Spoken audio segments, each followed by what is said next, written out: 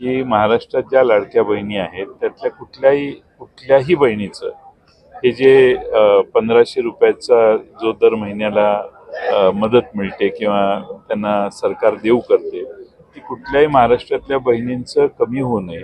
आणि जर सरकारला अटी शर्ती घालायची असेल तर इथून पुढं जे नवीन लाभधारक होतील त्यासाठी घालायला हरकत नाही. कारण ह्या सगळ्यांनी त्या पद्धतीनं मतदान केलेलं आहे ना.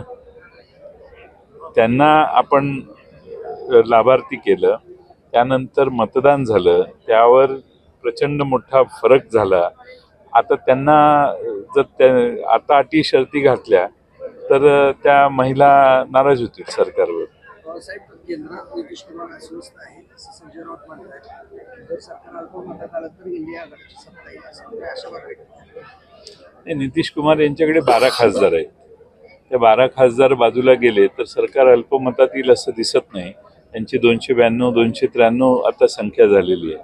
त्यामुळे नितीश कुमार बाजूला जाण्याने सरकार अल्पमतात येईल असं मला आकड्यांवरून तर आज वाटत नाही. एकट्यात नितीश कुमारांनी निर्णय घेता येणार नाही. त्यांच्याबरोबर आणखीन 2-3 मोठे जे खासदार असणारे पक्ष आहेत त्या दोघा तिघांनी निर्णय घेतला तर एखाद्या वेळी आपण म्हणताय तसं होऊ शकेल. एबीपी माझा, उघडा डोळे बघा नीट.